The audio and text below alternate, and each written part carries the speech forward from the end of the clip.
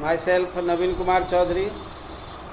Today I want to start chapter number 4, inserting objects in Word document, class 5, subject computer. In the previous video it was discussed by me about the formatting of document in columns, insert header and footer, orientation of page, about the borders and shadow. We use different types of borders in our document. We also apply the shadow of a document. Today I want to discuss about the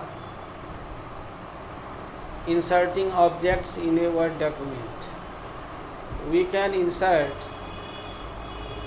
so many types of objects in our document. We know about the Word. It is a word processing software and it is used to type, edit and format text.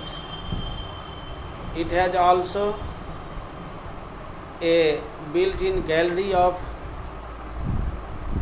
decorative text that can be used as banners or headings, and it also allows us to insert pictures and draw shapes. Now we know about the inserting shapes.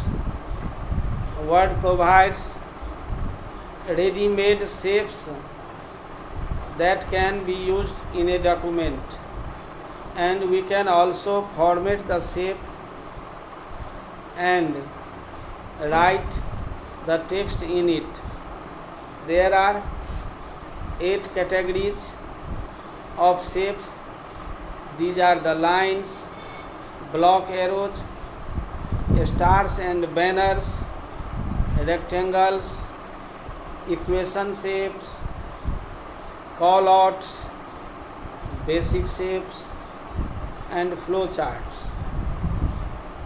So simply, when we want to insert any ready-made shape in our document, so first we open the Word document, then go to Insert tab and you click on the Shapes option.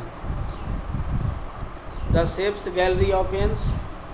Now we can choose the shape from the gallery and click on it. After the clicking, come to the page, hold the left button of mouse and drag in the document to draw a shape. After that, we can format the shape. When we insert a shape, a new Format tab appears on the ribbon, or this tab contains commands to format the shape. So these are the shape. We can fill the colors, outlines and effects.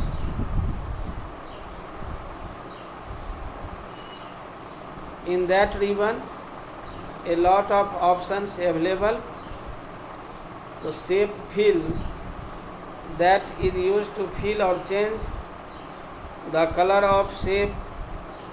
Shape outline, it can be used to change the color, width or line style of the outline of a shape, and shape effect, that is used to apply shadow effect to the shape.